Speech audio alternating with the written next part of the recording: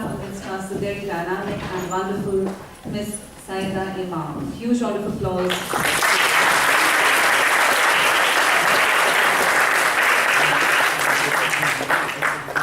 Ms. Imam, member of National Commission for Minorities, Government of India, is writer, editor and award-winning advertising public service communications professional.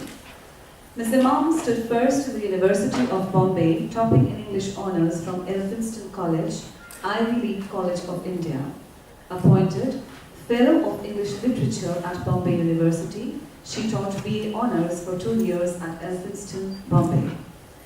Moving from academics to advertising, public service commissions, Ms. Imam has been the Executive Director Communications of JWT Central Asia, heading all their marketing, advertising and public service communication needs across India, Pakistan, Nepal, Bangladesh and Sri Lanka, leading highly talented teams. Her career in communications has fetched her national and international awards for brands and for public service, including the Indira Super Achiever Award by the Institute of Change Management, Pune. Apart from being India's largest advertising agency by far, J. Walter Thompson has been known worldwide as the University of Communications, where Syeda Imam was chosen the keeper of the flame of the Thompson Way for India and Central Asia. She was one of the 4 of the crack team that built the only successful second agency for JWT Contract Advertising India Limited. Work created and directed by Ms. Imam has won at Cannes, France and got published in finest showcases abroad, such as the New York Festivals, D&AD London Archives of Communication Arts. Ms. Imam has trained, worked in London at McCann and also Waity Campbell Evolved and has represented India at international fora on creativity as speaker and juror.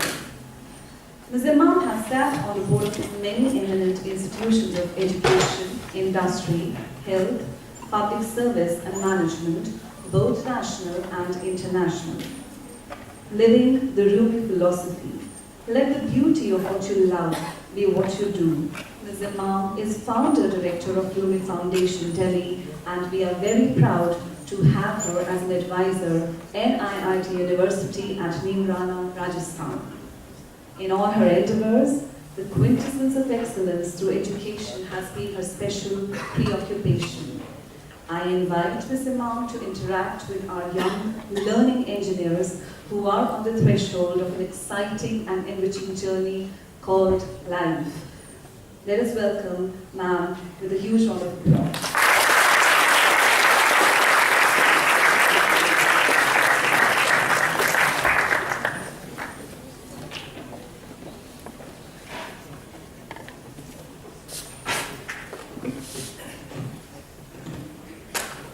Greetings to everybody here, all my young friends who've obviously already had a pretty rough day. I promise not to make it any rougher.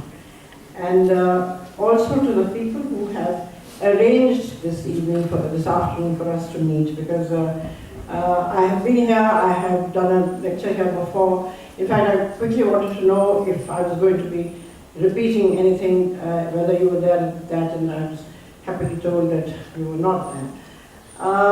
Patently, here, to be honest with you, I think the idea of Head Start is a brilliant one.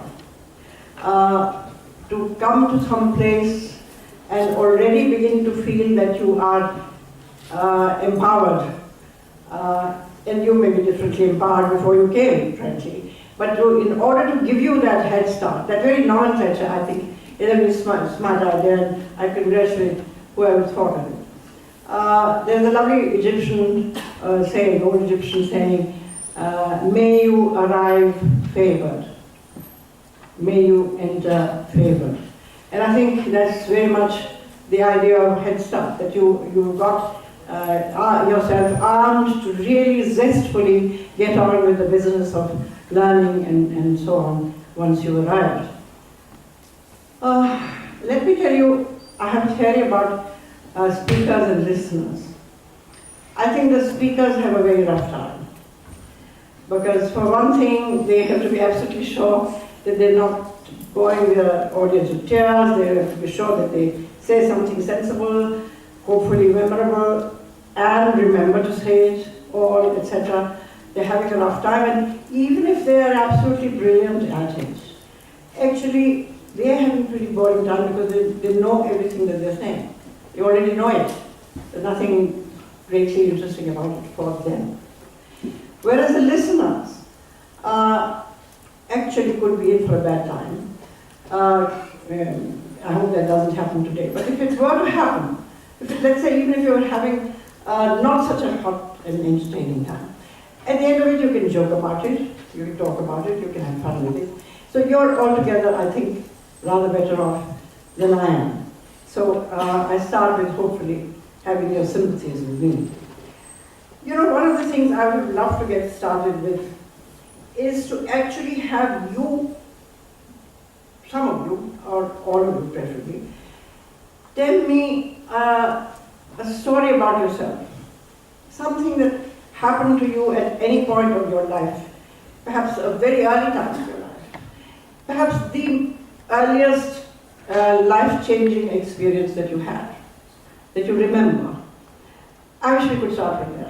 I'm hoping, in fact, that in the interaction thing, since we can't have 150 of you, perhaps, or 100 of you, or whoever, but at least some of us talking in that manner, because I do believe that those kind of instances and those kind of stories tell each other things about each other and ourselves.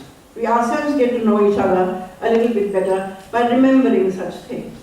So I'd also say, with a fair amount of emphasis actually, that from now on, let's say, you're here, you're into a place which is an entirely new environment actually, I'm sure in a lot of ways.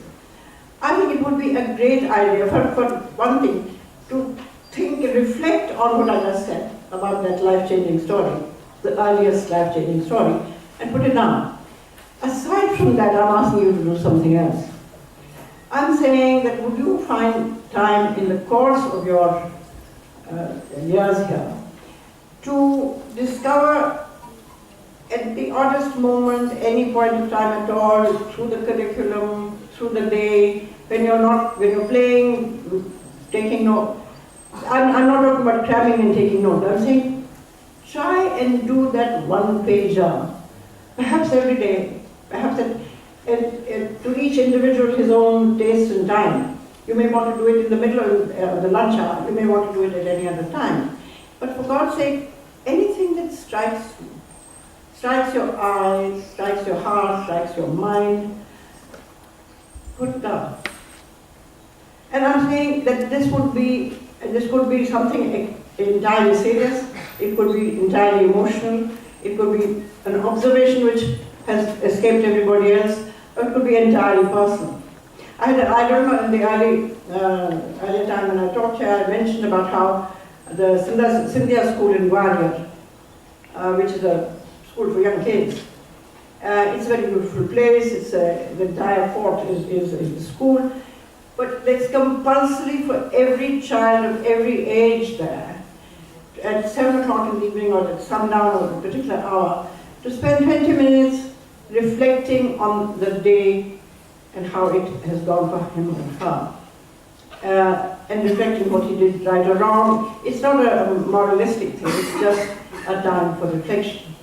I'm saying to you that before your schedule gets rapidly overfilled with many things to do, which it probably already is, I think this particular thing is an important thing to do, because it tends to let you figure out who you are.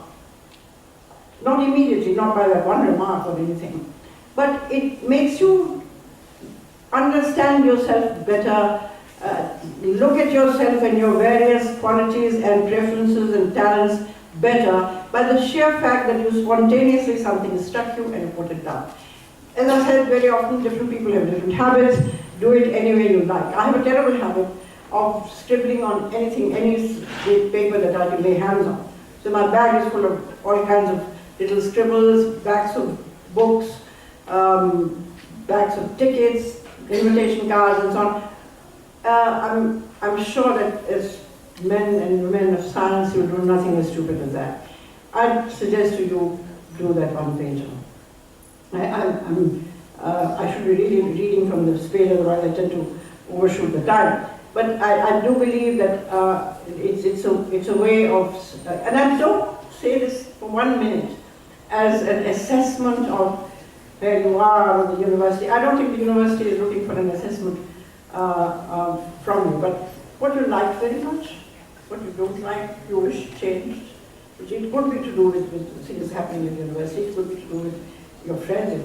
And it's entirely up to you whether you want to share it with nobody, or you will want to share it with a couple of friends, or you want to share it with everybody, you want it on the wallpaper.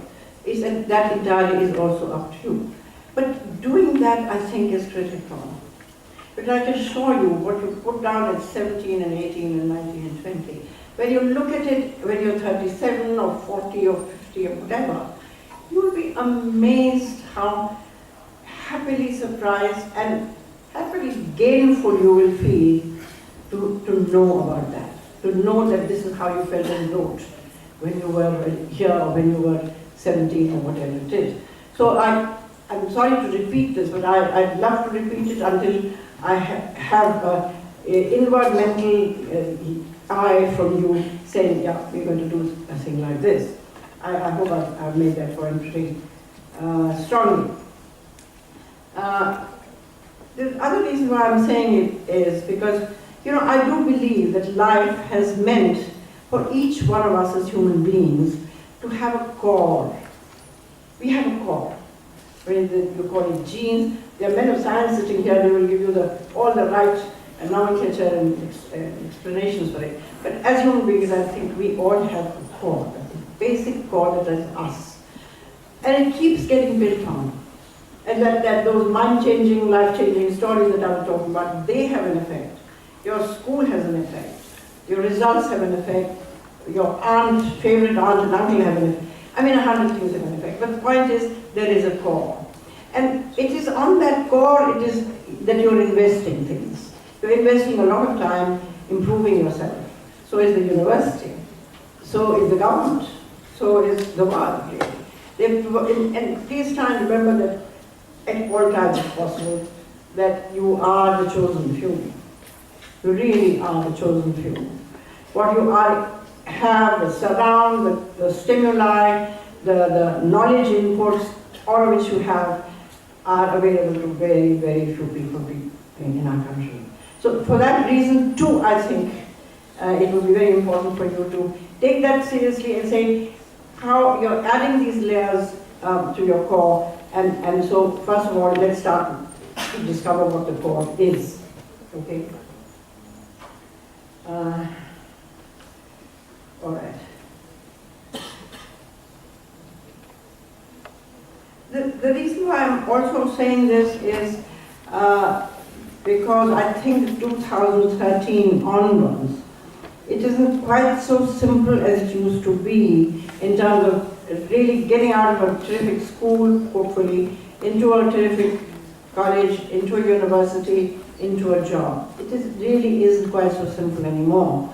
Because then Dr. Pandey would know, certainly people who are trying to be in placement know, that it's getting more and more difficult to place people because you'll find any number of corporations, almost each and every eminent corporation saying, I'm sorry, you're not giving us the people we want. Throughout, we were congratulating ourselves on how great our Indian Institutes of Management were. They were wonderful people. They were doing a case history approach, it was a great approach, etc. At all times, the feedback from the thing would be, theoretically, they don't know the country, they are complicating the issue, they're not solving the issue. So please try and remember that things outside are not going to be as predictable. They're going to be much more challenging perhaps than you expect. And today, the technology going the way it is also changing very, very quickly. So that is something that you certainly have to worry about. And when I say that I feel very encouraged by talking to people from this university, because I do believe, and I hope I'm completely right in saying, that you are taking a very questioning approach. That you are, in fact, in your lectures and so on, are in a position to question everything. To ask whether, because people who acquire knowledge very quickly get into the sense of I know it all. I've read it, it's a fact, it's a theory, I've revised it, I know it well, it's the right thing. I don't think that this university is going to let you dampen yourself into that condition. I think you do ask questions. I think you probably have, hopefully, not violent arguments, but a lot of arguments about various issues. And for that, it's also wonderful to know that you're from completely different parts of the country. So clearly your circumstances would be different. The realities around you will be different at that time.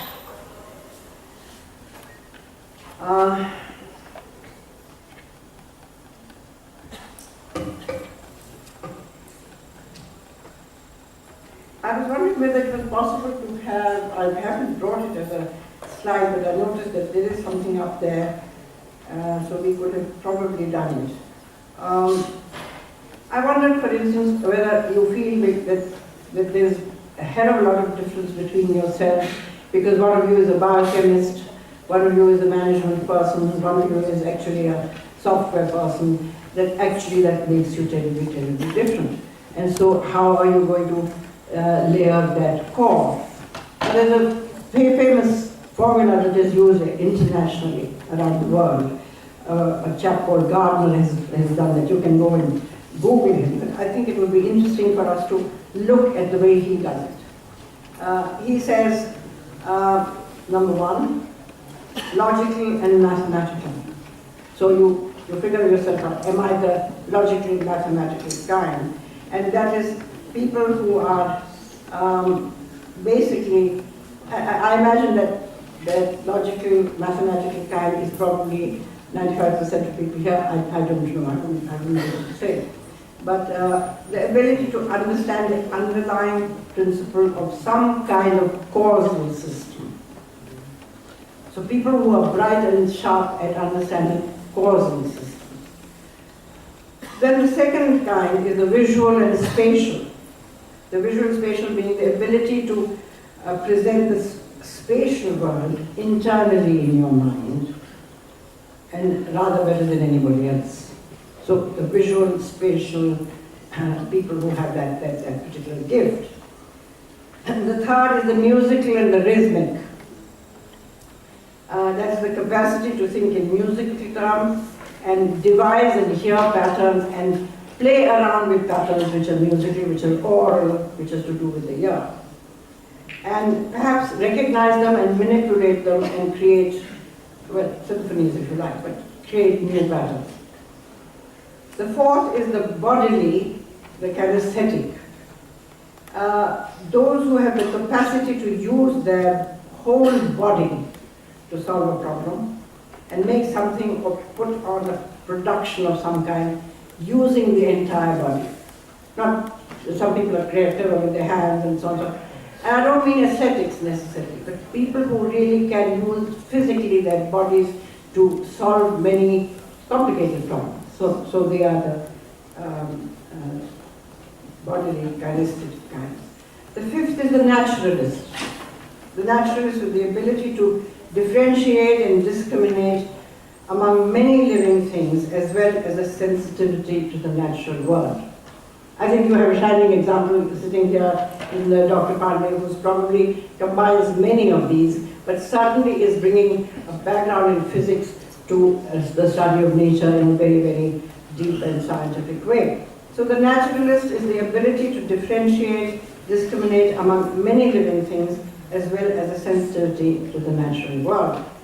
So in other words, being able to see relationships with human beings and nature, physicality, physics and nature, and everything else in nature.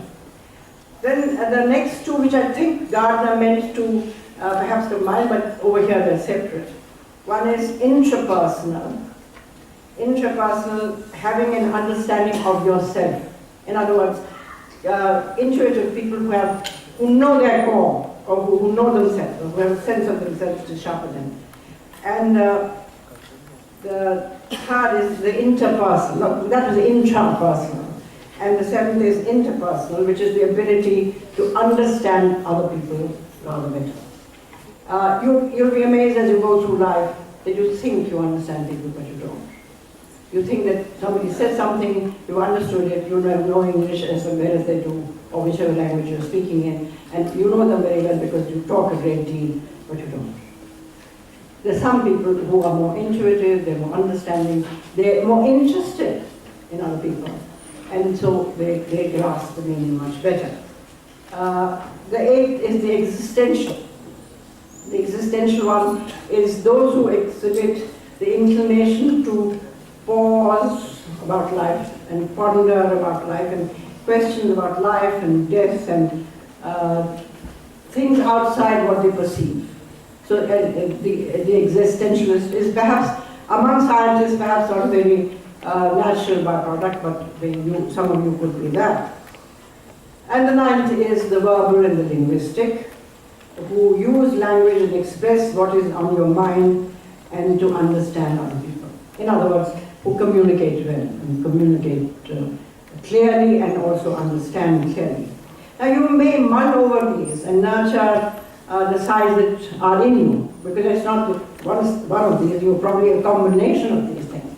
So think hard actually, because this is a pattern which allows you to start self-examining straight away. And as you realize what your chosen path is going to be, because you know, you are going to be able to say, some people may keep changing their minds, of course, but you have 4 years to spend, you have a certain degree of concentration, so what would you choose as your great passion? That would certainly help you do that. Indeed, people like you are far luckier than we were, because we couldn't hop mid-career into something else. I mean, it wasn't possible for, I think I would have loved to be a publisher if I'd known about it. But for a variety of reasons, from academics, I moved to writing, to move to various other things which you were earlier bored with my details. But the fact is that we didn't at that time have the option of saying mid-career, hey, let me do something else. And on the other hand, I might also warn you that we have, for the last several years, have developed this weakness of a thing called the specialist. I mean, the specialist, we sort of felt that the minute somebody was specialist, he was a more important person. That he knew more about something, and so you had to rush to him because he knew more about it. And it became, the pendulum swung to the extent of the specialization, where actually in actual life, terrible things can happen. Which is why I'm dwelling a great deal on this business of you're trying to figure out your core and then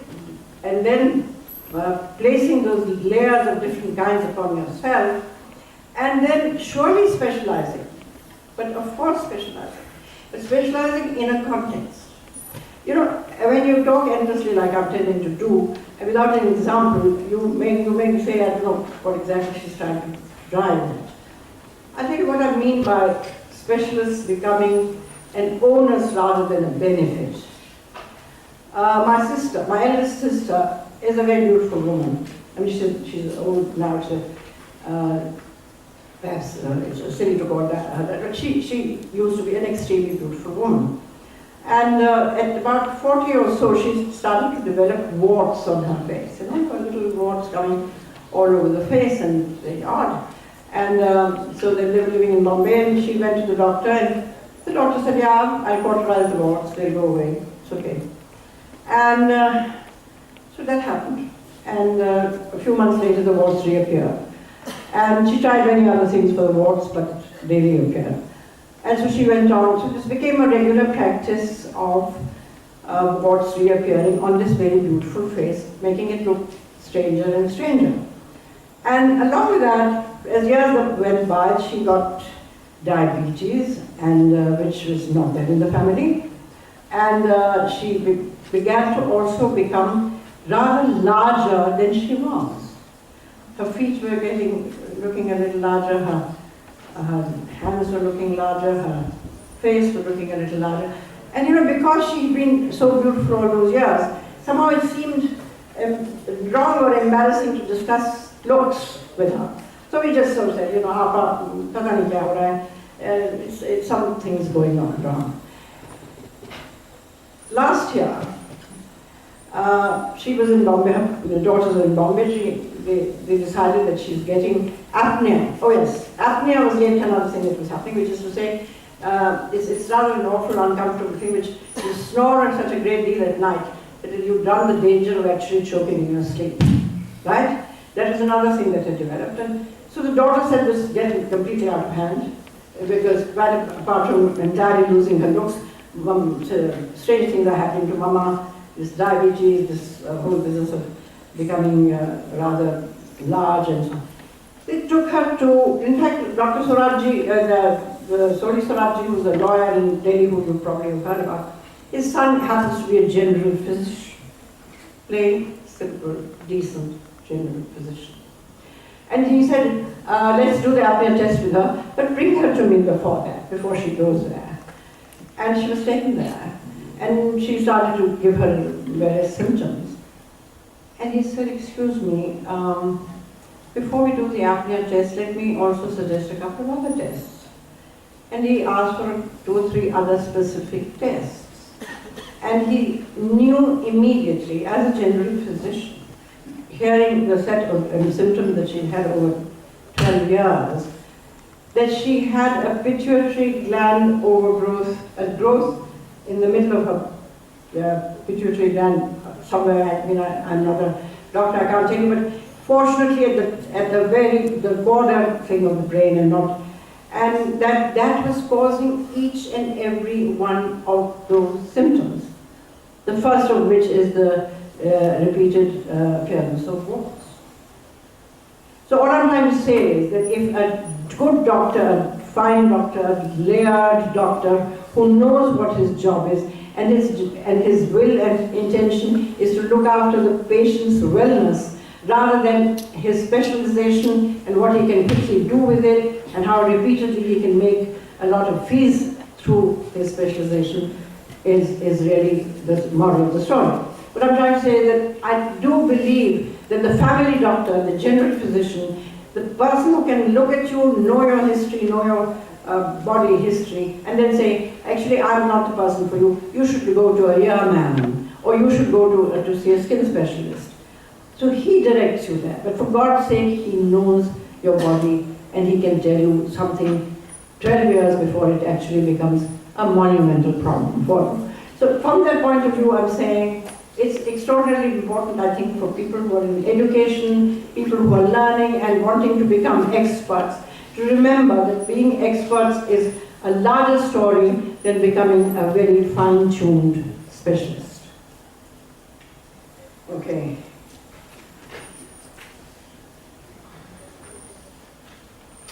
Yeah, the other point I was making also to you was that you are much luckier than us in doing this mid-course change and so on. I'm curious to know, and after I finish talking, I would like you to talk, at least 3 or 4 of you to talk of those life-changing stories, but also some of you to talk about whether you felt totally inclined to do 2 different things. I wish I could be this and I wish I could be that. Somebody could be a pianist and a scientist. Why not? Or a great tennis player and Wimbledon tennis player, but also an engineer. So, is anybody here present who went through that trauma of saying, now which one? Not all of us can be Michelangelos and Leonardo da Vinci's who can be sculptors, painters, architects, medical men, and so on. I'm not talking about extreme examples like that, but I'm saying it will give you the aspect of choice. Like the NIT University, because it supplies you growths of different kinds, of different subjects, related, unrelated, and so on, it enables you to think around your core extremely freely and to say, hey, which one and why not? And I don't know, I imagine most of you know Hindi, so I'm going to quote you a couplet in Hindi, which will catch this meaning, which is, बुला रहा है कोई, बुला रहा है क्या कोई चिलमन की उस तरफ, बुला रहा है क्या कोई चिलमन की उस तरफ, मेरे लिए भी क्या कोई उदास बेकरार है. In other words, is there something that you're studying, you're doing and so on, but is there something else calling out to you? Is there something beckoning you and attracting you to come to a completely different place? Because I think the atmosphere here, the whole holistic aspect of you will enable you to discover that about yourself and decide that about yourself. I think it's a very special place for that reason. To end that story, let me tell you that both my sons, I have two sons, and both my sons have, not necessarily mid-course, but fairly late in their lives, followed their yen. A banker has become a filmmaker, and a lawyer has become an exporter. So the point is, and Touchwood doing it rather successfully. But patently, I'm saying that these are joys which you examine if you are consistently in the habit of discovering and rediscovering yourself, observing your environment, and how you connect with it.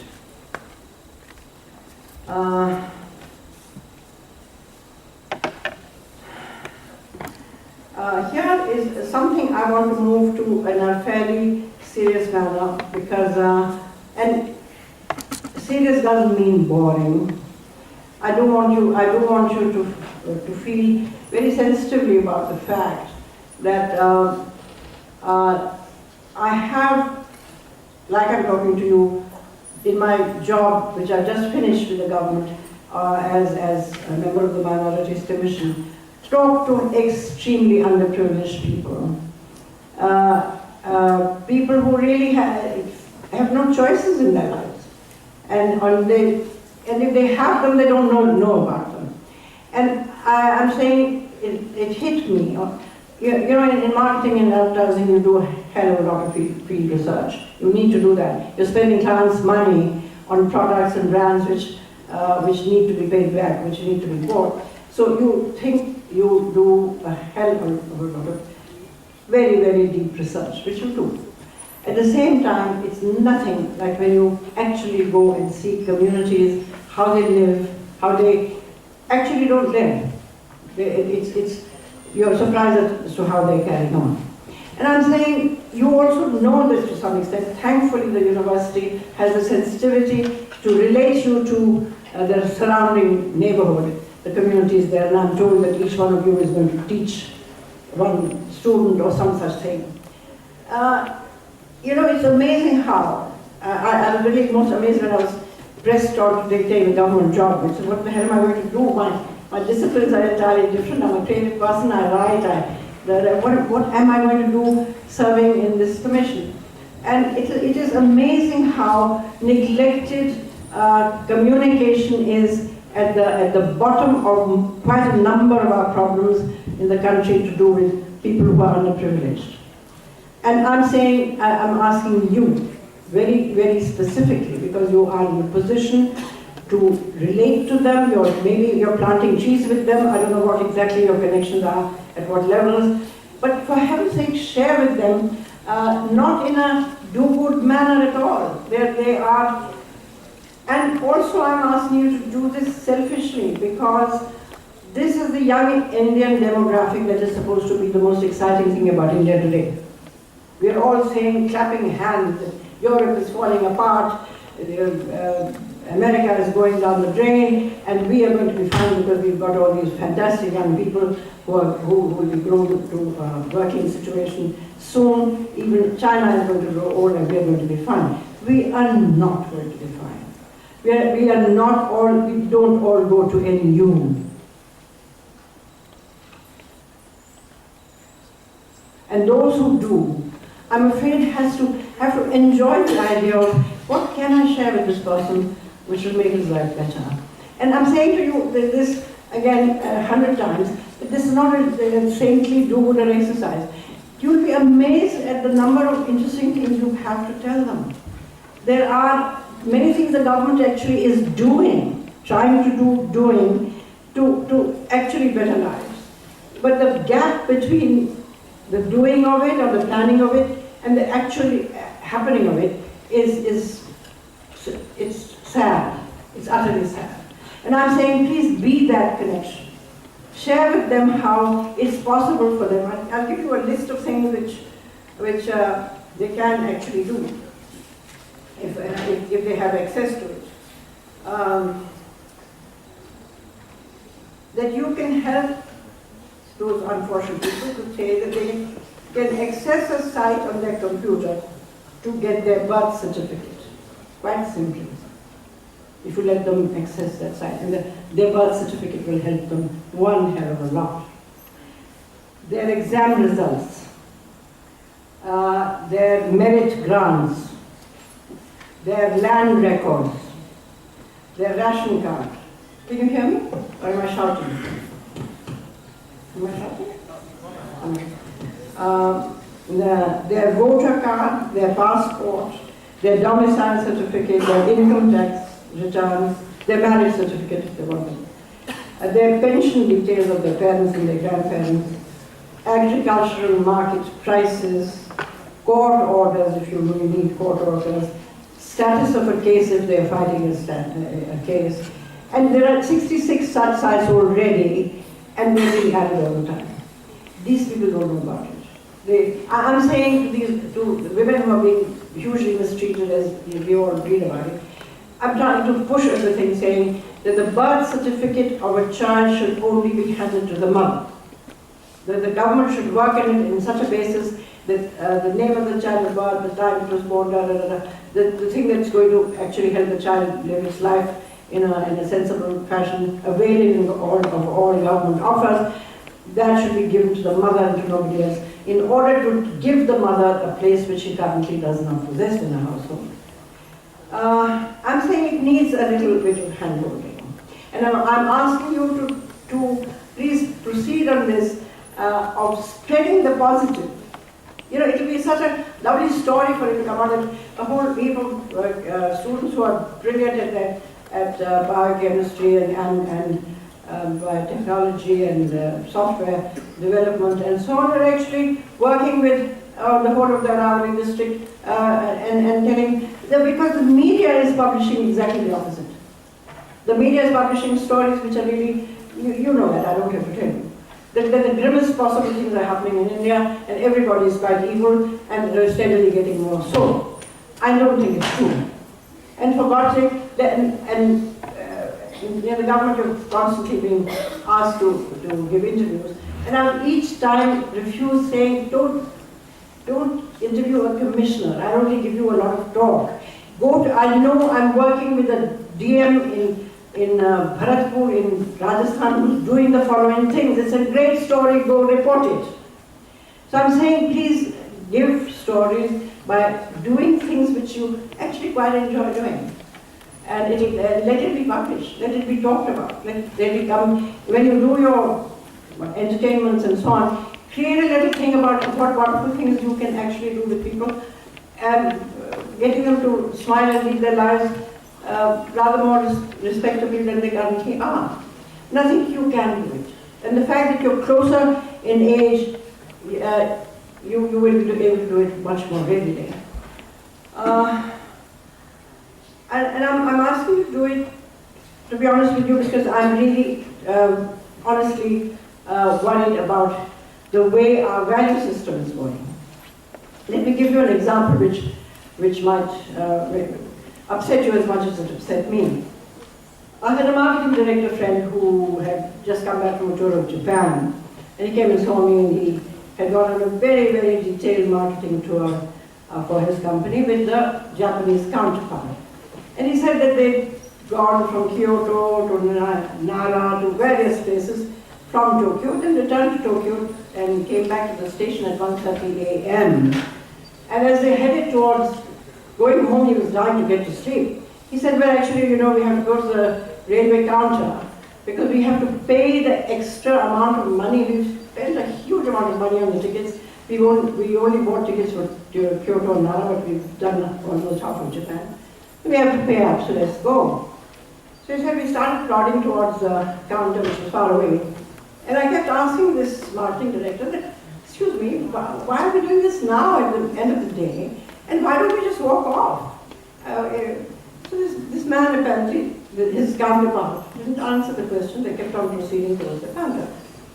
So my friend said, this Markan, said that I said to him, hello, you chaps, the Japanese are supposed to be so clever with systems and business and so on.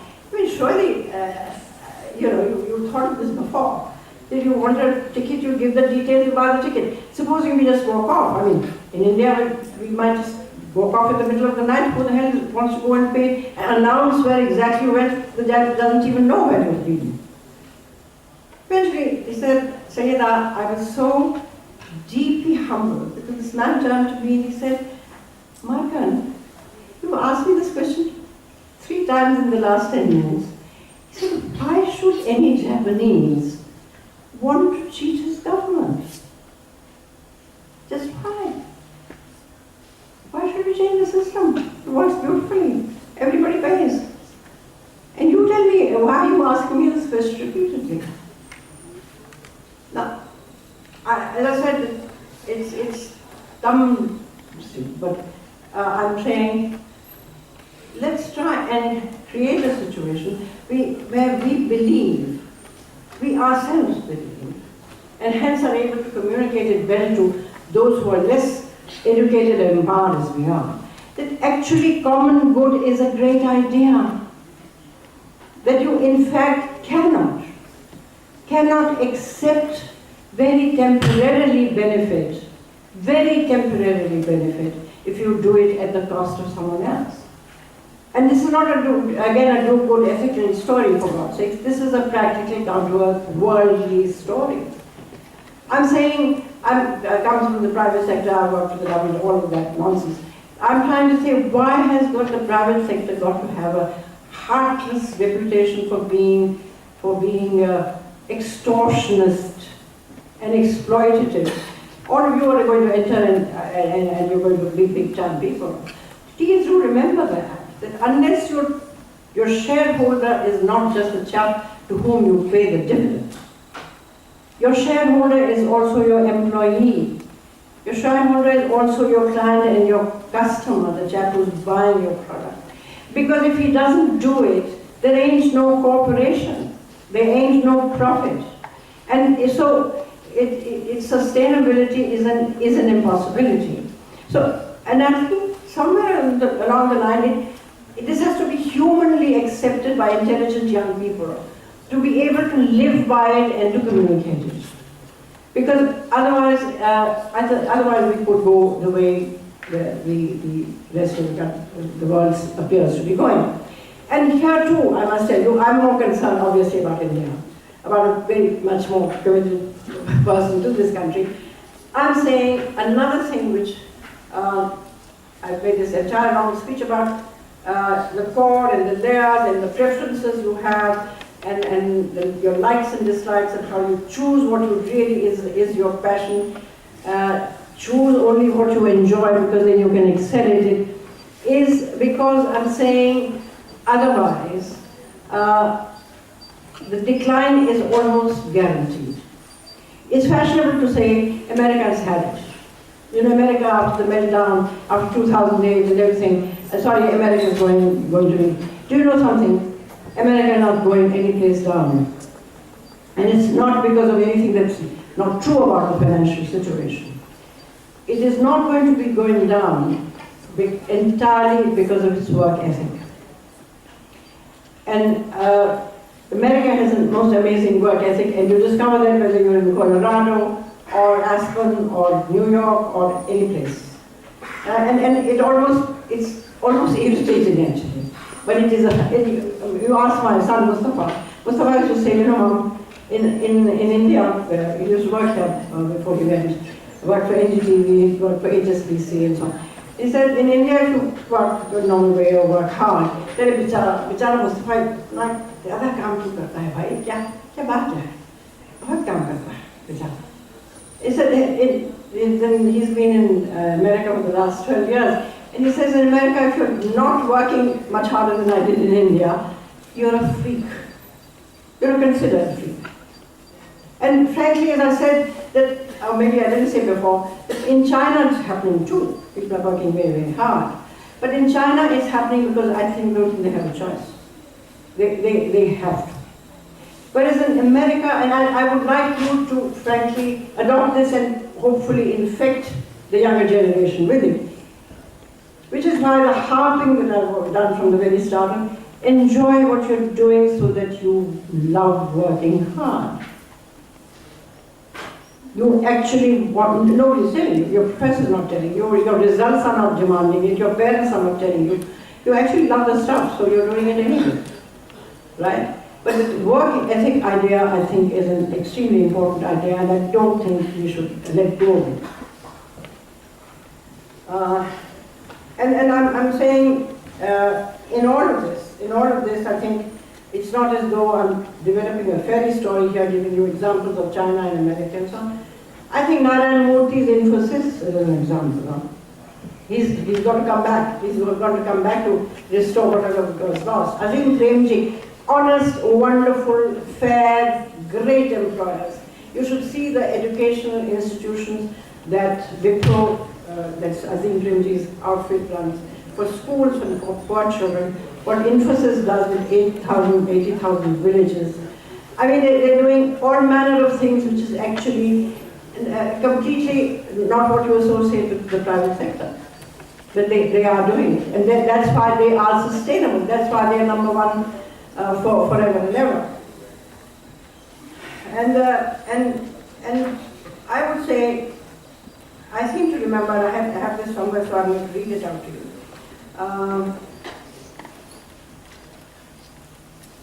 That when our very first Prime Minister gave a speech about, gave a speech to the young. I've got to find it in this entire story, I lost it somewhere.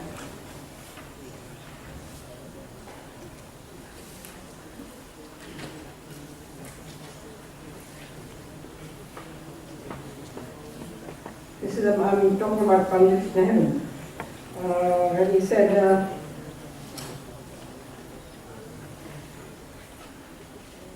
and I remember quite excitedly this speech, listening to this speech, although he was before my time, I mean the speech was also before my time, and I heard it on the radio.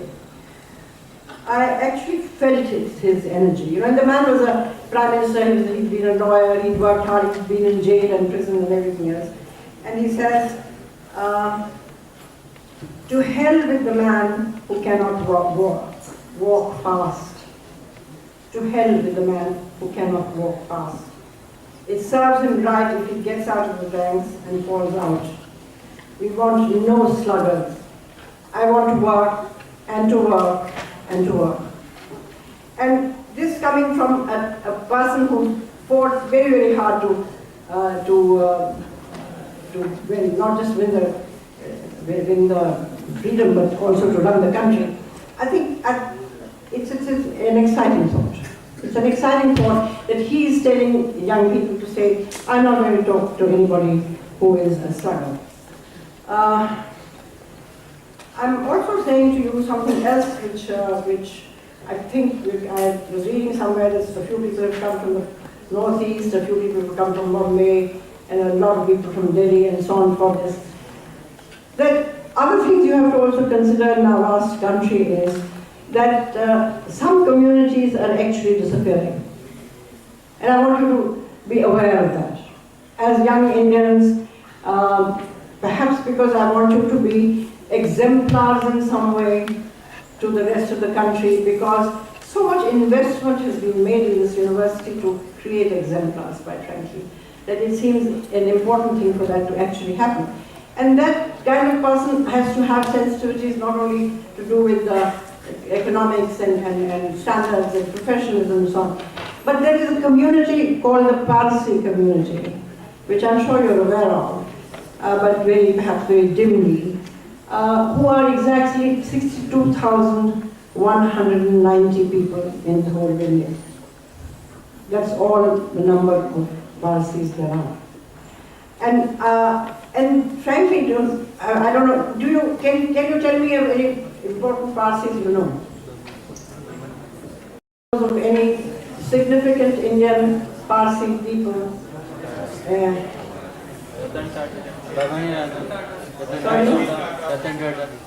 Jamshedji Tata. Sorry? Chapu's taken over Tata now? Yeah. Okay. Well, it will amuse you to read what, there's a very, very amusing writer called Busy Bee. His pseudonym is Busy Bee. His name is Behram Contractor.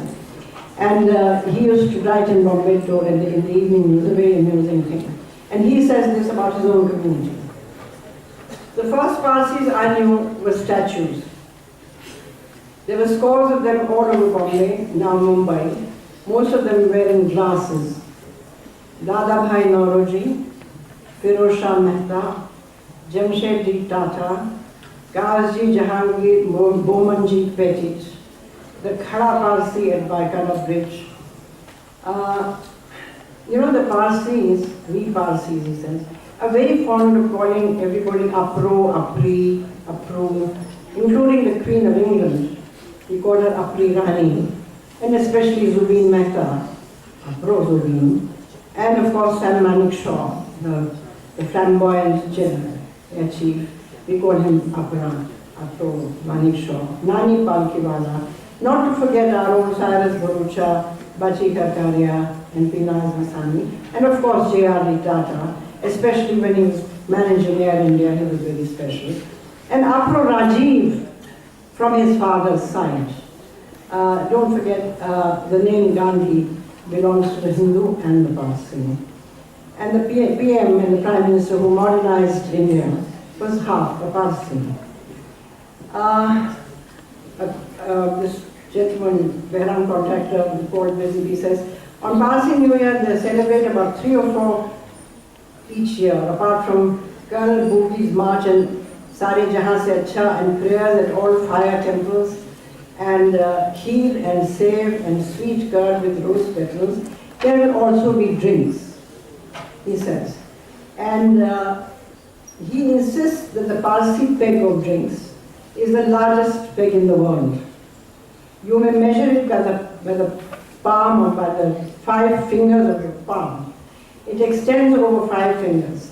But in the Patiala peg, the fingers are held together. In the Parsi peg, they are spread wide apart. So what he's trying to say is that the Parsi love their food and have their drinks and they have a Patiala peg like that. He's an amusing sort of a chap. But all I'm trying to say is that the way we and the Commission try to help is to actually create fertility clinics for them. Because this community came to India on the basis, they were allowed to enter India on the basis that they will not convert. So nobody could actually become a Parsi. You could live here, thrive here, be the best doctors, be the best solicitors, judges, lawyers, doctors, everything. J.R.D. Tata's. He practically started the first airline in India and so on. All of those things, but do not convert, do not extend your community. So our strong recommendation to the government, which has been lying very low, but fortunately was accepted this year, is to create fertility clinics for the Parsis. And I think that will surely help to increase the community. Blatantly, and I want to end now because I think you must be desperate for that, is that I think we have to actually remember that we are part of a world apart from being part of India. And I want to just read out to you what is written and on the UN building in New York, on the doorway as you enter. It's supposed to apply to everybody in the world. And it's an English translation of a line from Sadi, who's a Persian poet. And it sounds much, much more beautiful in Persian, in Farsi actually. But it says very clearly over there, human beings come from one source. We are one family.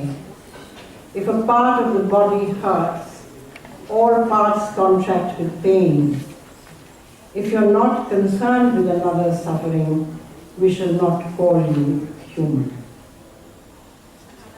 Human beings come from one source, we are one family. If a part of the body hurts, all parts contract with pain. If you're not concerned with another's suffering, we shall not call you human. And right here, actually, that's exactly what I'm talking about, that I think it's very, very important for us to create not just suffering and care for suffering, but a kind of mutual respect. I'm constantly attending meetings on sexual harassment of women, bad treatment of the Dalits or the minority. And if you think about it hard, if you people are scientists and learning to be better scientists, in fact, than you are, that the more basic and sort of simple you get, the better it is. If you really say your one and only setup is mutual respect, I insist on mutual respect. That will take care of women's harassment. That will take care of Dalit ill treatment. That will take care of everything. The treatment of a managing director to a peer, mutual respect. And I'm saying that just because you're people of science, please don't shun what I call those silly creative ideas which don't actually round up too much when it comes to actual application. Some creative ideas make much, much more practical sense than formulaic ideas. And sometimes they have to be done, and especially in situations which are desperate, they have to be done. I'll give you an example which might make you amused, but also hopefully impressed. In 1945 in England, when the World War II had gotten over, a hell of a lot of people had died. And there was a huge, huge scarcity of teachers. I mean, there were schools in England, there were lots of children there, but there were no teachers. And there was no way of actually finding it. They were not going to import teachers from France and Germany and elsewhere. They just had a war, for God's sakes. So, how do you do it? And I'm sure you know about Edward de Bono. If ever you get a chance to go to a conference of his or read his books, please do so. He's a brilliant sort of chap. And he has an exercise which I remember at his workshops I've done myself, which is you open a book on any page, right? And name a line, name a word, and say, take that word and see how that will solve your problem. So there's this teacher shortage, a terrible, desperate problem, millions of little kids, no teachers, England are going down the drain, unlikely to look up because of lack of education, and no way to find the teachers. You open this book, you enter this 9th sentence of page 122, and the sentence is about a tadpole. A tadpole. And so they say, what the hell do we do with this tadpole? And that got to do with teachers. And they workshop around that idea. And they say, what is the most noticeable feature about the tadpole? It's actually its tail. You know, it's got a pin of a head and it's a huge tail, a tadpole, right? They say, hey, that's the idea. In every teacher, in every school that's surviving and is there and is good and is running, we will get a whole heap of students, obviously graduate students, to tail every teacher from class to class, to staff room, to sports ground, not to her home perhaps, or his or her home, but to get as many teachers as can be managed to actually tail a few good teachers that were there in all the London suburbs and the whole of England, and they did manage to solve that. I would say a creative solution is a possibility. Don't let it go out of your head or dismiss it too readily. At the end of it all, I would like to say, as I started by saying, that one hopes that you will discover yourselves while here, and one hopes that you will layer yourselves as you want to. And in all of that, I want to wish you enormous amount of good luck and more of that. I understand that I have a little bit more time with you. Is that right? I've got a little bit more time with you. And I'm wondering whether it's possible for you to start telling me at least 2 or 3, but I have, let me tell you, several questions about, because I'm totally ignorant about your subject. I want to ask you about your particular science and how it's going to change the 21st century, because I think it's about to do so in many, many ways. I have those questions. But I thought let's ask, talk about stories. I'll tell you one little story which might say, so you chaps start thinking of yours. When I was a very little girl, I was about 4 or 5 years old, and my mother was on the telephone, and she used to talk on the telephone a great deal, and we'd finished lunch. And while she was talking on the telephone, I went upstairs to her room, and from her dressing table, I took her nail polish and I was putting it on. I could barely put it on, actually, I was about 12. And she finished her call and she came into the room and she said, "What have you been doing?" So I said, "Nothing." So she said, "What have you been doing?" So I said, "Nothing." So she said, "You used my nail polish without asking me." So I put my hands like that and I said, "No, I haven't." You won't believe it. My mother is a very, very beautiful woman, even though I say so. Much smaller than I, utterly genteel and wonderful person. And my room was quite far away from where her room was. She dragged me from her room into my room. And she put me on my bed. And the same beautiful woman climbed on top of me. And she slapped me and she slapped me on, she wouldn't stop. And she said, I'm going to spit on you. So I said, "Mama, have you gone mad?" I mean, I had never seen her like that. And because my father used to spoil me thoroughly, she was actually quite scared to punish me. So, and I knew that was going through her head. So she said, "And your father will be very pleased if I spat on you, because you ought to know that's exactly what I'm going to do again if you die." I can assure you that for me, the transformation of my mother and seeing her like that and seeing that story, it was for me a very life-changing experience. Let's have one of yours. Come on, folks. You've been dying to say something. I've been talking endlessly. Any experience. It doesn't have to be about mother and or truths and lies or whatever. Anything that happened to you recently in wherever.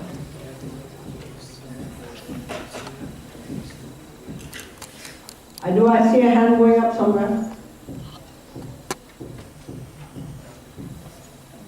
I don't believe this, that am I so daunting, or are you so daunting of each other that you don't speak? Come on. Lovely. Name, please, and story. You can come here, take this. Yeah.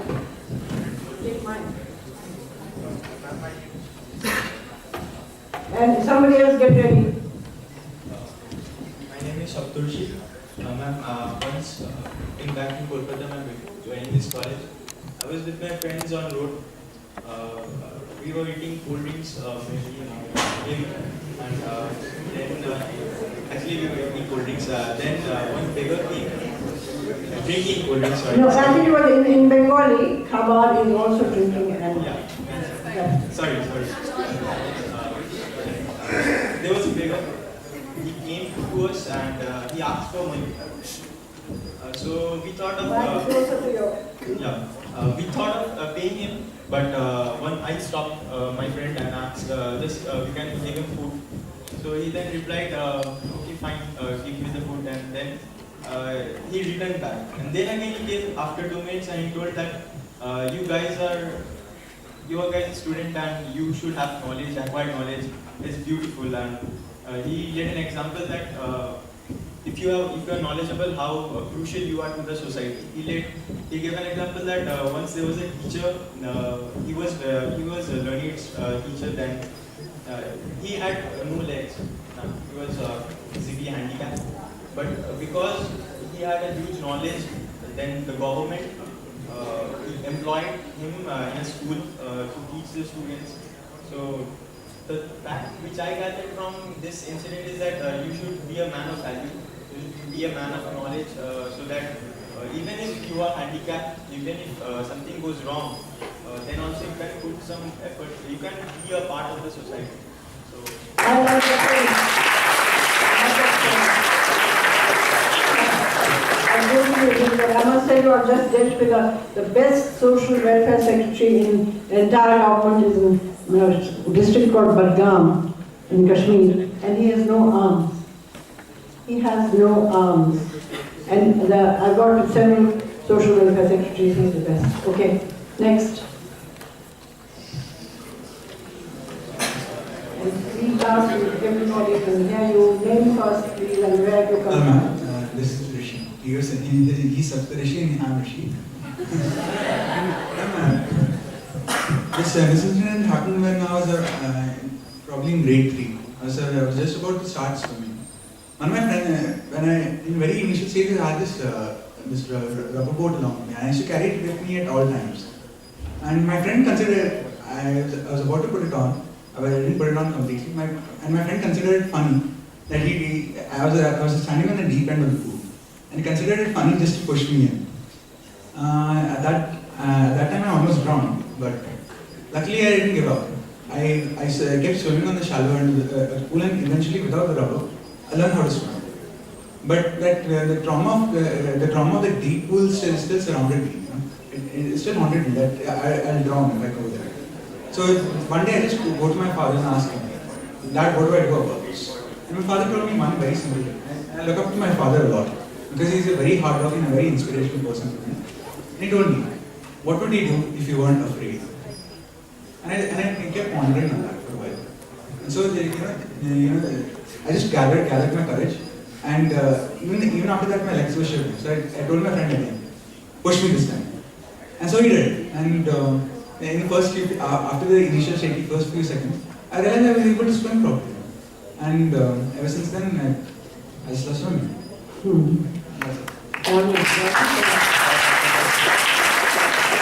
Okay, next please.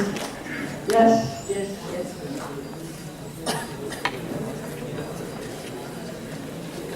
Hello.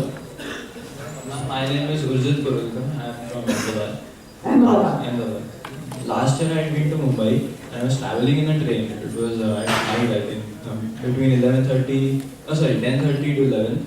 I was going from BT to Vidyavihar. And as I was traveling alone, I was pretty scared because it was my I was traveling for the first time. And a beggar came and asked me for money. So the first reaction was that my mother and father had drilled me not to pay beggars. They can loot you or anything like that. And I just told him, no, nahi, jump. Then I saw a family with a kid. And it was not, they were not well-to-do. And the kid was playing with a car. And the father was scolding him, he don't play in the train. The car would get lost. And the car was not also that great car. And the beggar approached that kid. And the kid asked his father, that paise de do, 5 rupees. And the father gave him 5 rupees. For them, I think it would have been a great amount. And I just realized that how money has changed us. Amazingly. It's not that good. I think it is very sad that it has changed me. I think it has made me judgmental. And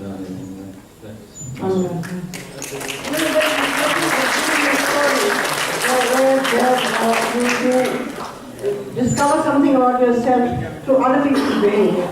And I'm saying that these are the things which, these 3 examples, please get ready, the next person get ready while I'm talking, is the way to discover yourself that I've been talking about. And because they happen regularly, they happen every day. It happens in a class when the teachers use the phrase which you're not familiar with, and it has that effect on you. Please put it down. When these things happen, as I told you, when you discover it when you're older, it will have an immensely arousing effect on you. Next, please. Yeah. Can I speak from here? Yeah, speak from there with the mic properly. I'm Rakesh from Hyderabad. Actually, My hometown. I'm Rakesh from Hyderabad, and actually in 11th class I was very mad for sports, especially football. So just 2 or 3 days after my birthday, I was playing football in the ground, in my school ground, and during play I kicked the ball and that got reflected from somebody else to myself only, and it hit on my left part of my face in the eyeball. And I suffered an internal bleeding in my eye, and I was totally blind from my left eye. I was only with the right eye and admitted to the hospital, and I was almost blind for the whole 5 days. And doctor didn't tell me anything. What is it exactly now? There will be any operation or anything?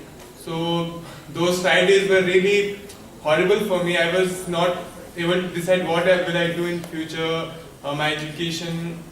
So that incident changed my interest toward football, and I just hate football now, and I'm fear of football phobia, and now I'm start playing volleyball or other sports. So the good thing about this is that you certainly didn't give up.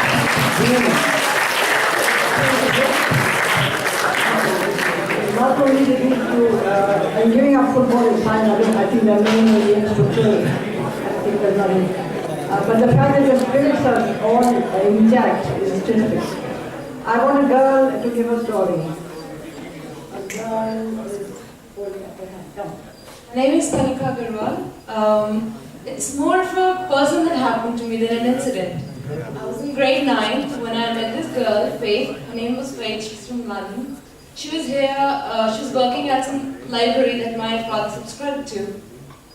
And when I talked to her, she was like 30 years old, and when I talked to her, I found out she'd been traveling for the past 12 years all by herself. Like, she got out of her house when she was 18, and since then she's been traveling all by herself. And having grown up in an Indian society, I know the worries a parent or anybody concerned with a girl has when they let her out on her own. So I asked her, and even in a girl's heart, they're taught to be afraid of mysterious things. So I asked her if she didn't have her uncertainties or fears when she set out. And what she told me, the positive attitude, it changed me for good. She told me that the chance of something bad happening to her, it's like 1 in a million or 1 in 100 at most. So should that stop her from going out and exploring the world? Because she told me every time she sets out to do something, she asks herself the question that what would she do if she were certain not to fail, and then she doesn't. So it taught me to be brave, it taught me to have a positive attitude towards life, and then she also told me something. She said the kind of aura, the kind of vibe you emit, it's the kind of people you attract. I don't know, it's very surreal, very mystical, but I believe it's true. If you get born with the subconscious, you control your surroundings, you control what happens to you in a subtle manner, in a subconscious manner, but you do. So she taught me to be fearless, to have a positive attitude towards life, to be vibrant with energy and enthusiasm, and just to be curious and fearless. That's it. Absolutely wonderful.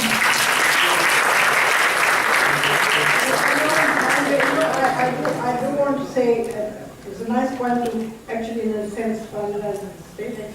But what you just said about this girl is really the story of our session, I think, which is to say that, if you know yourself, you know your strengths, and you know how you can strengthen your strengths, and frankly, make up for the things that you're weak at. I mean, I remember when I was little, somebody made some remark about, oh, the Grammys fashionably not good at maths. And I said, this is Hyderabad, I'm Bilrani. I thought to myself, I'm going to show them. I mean, you know, how dare I say that about my family that they're not good at math. So you know, you immediately say, I thought I'm going to get the highest marks in math.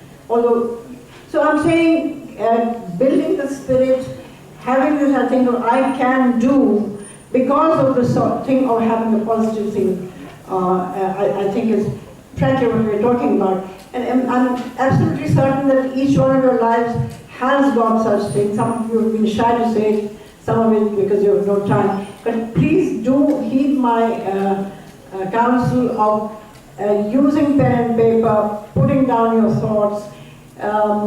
If you're angry, if you're intensely sad, if you're very happy, or somebody has thrilled you, an experience like that, or even something you want to copy because it's a quote from somewhere.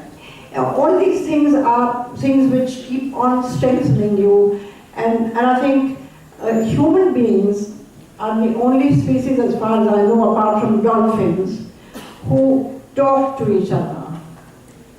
I think we should make full use of the fact that we can talk to each other. And I think the most important relationship one human being can have with another is the ability to talk. I can say things to this person anytime I want to, and she to me, or whoever, whatever it is. That particular aspect too, which I haven't dwelt on. But I think the minute you start knowing yourself, reflecting, putting down your thoughts and so on, then you choose your companions, and the talking and the sharing also happens. Maybe that will be my talk for the next session. Thank you very much.